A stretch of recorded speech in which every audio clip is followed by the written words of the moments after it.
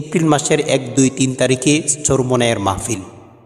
ইনশাল্লাহ এই মাহফিলে আমরা সকলেই যাব। অনেকে বলতে পারেন যে হুজুর, যে ওইখানে তো রাজনীতি আলোচনা হবে। জি ভাই, এখানে রাজনীতি আলোচনা হবে কে বলছে আপনাকে? যে পিসাব চরমনায়ের মৌলিকভাবে কিছু সংগঠন আছে, এর মধ্যে থেকে একটা হলো ইসলামী আন্দোলন বাংলাদেশ, যেটা রাজনীতি নিয়ে গঠিত। আরেকটা হচ্ছে মুজাহিদ কমিটি বাংলাদেশ।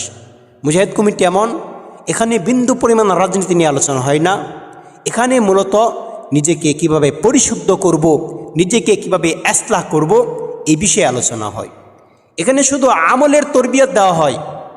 অতএব এখানে শিক্ষিত অশিক্ষিত সাধারণ মানুষ, ব্যবসায়ী, রাজনৈতিক ব্যক্তিরা, অরাজনৈতিক ব্যক্তিরা, ডাক্তার, ইঞ্জিনিয়ার, সকলে এখানে ইনশাল্লাহ যাচ্ছে।